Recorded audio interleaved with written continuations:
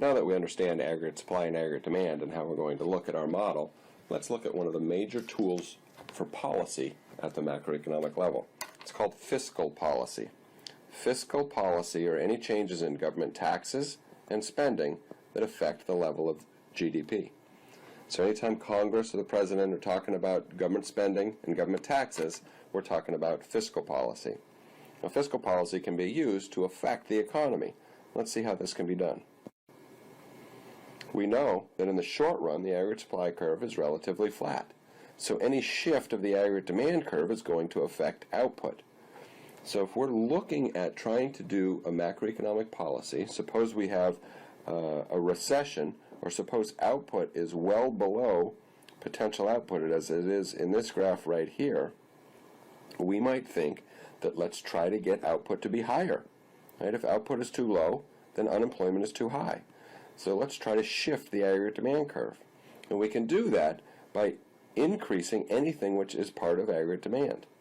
In this case, we're going to do fiscal policy, specifically expansionary fiscal policy, which tries to expand the size of the economy. To shift the aggregate demand curve to the right, or increase aggregate demand, we might increase government expenditures or decrease taxes. So we might increase government expenditures or decrease taxes. These are expansionary policies. Any of these, either of these, would be fiscal policy, which shifts the aggregate demand curve to the right. Alternatively, suppose we have output which is too high. As we saw in our last chapter, this is going to lead on pressure for prices to rise and wages to rise, and so we get inflation. So we might try to avoid that by doing contractionary fiscal policy. Contractionary policy is any policy which shifts the aggregate demand curve to the left or shrinks the size of the economy and decreases output. This would be accomplished by decreasing government expenditures or increasing taxes. These are contractionary fiscal policies. So we see fiscal policy enacted by Congress and by the President, and we've seen in most recent years record size fiscal policy to get us out of the recession of the late 2000s. And this is a massive recession, and we saw active fiscal policy of increases in government expenditures and decreases in taxes to try to get us out of that recession. But anytime the government uses government expenditures or taxes to try to affect the size of the economy or affect how much output is, we call this fiscal policy. Now, we have a couple of issues we want to talk about and think about when we look at fiscal policy. First, the fiscal policy multiplier.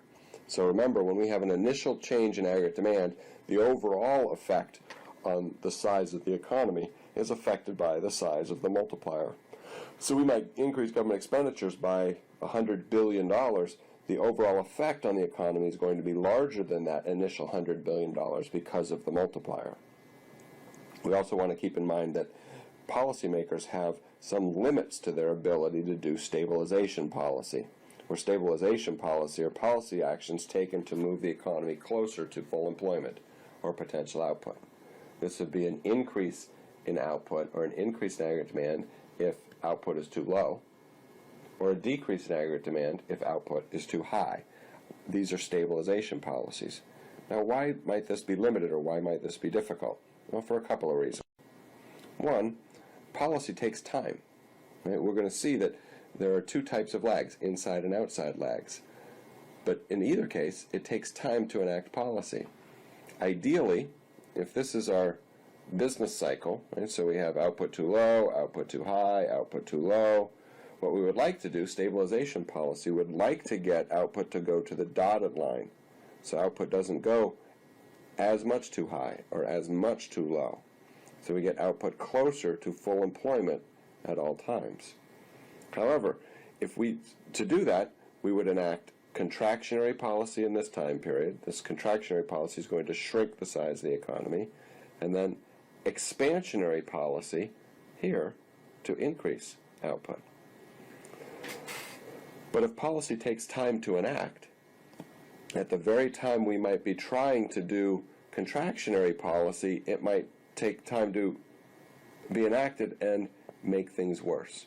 So we might here try to do expansionary policy. If it takes time to work, well, it's going to expand our economy at the wrong time.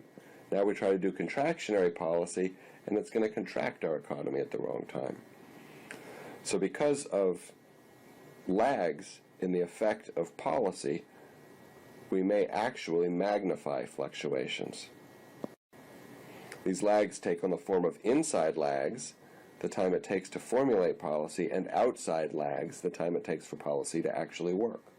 So this makes doing policy very difficult. You have to look forward and try to figure out what policy is needed in the future in order to take account of these lags.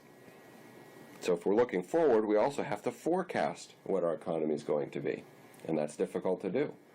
So if we have difficulty doing forecasts, we have difficulty because of the lags, and on top of that, we need to estimate what the effect or the size of the multiplier is. These are all reasons why stabilization policy is very difficult. And so we want to be very careful when we try to enact stabilization policy and do as good a job as we possibly can.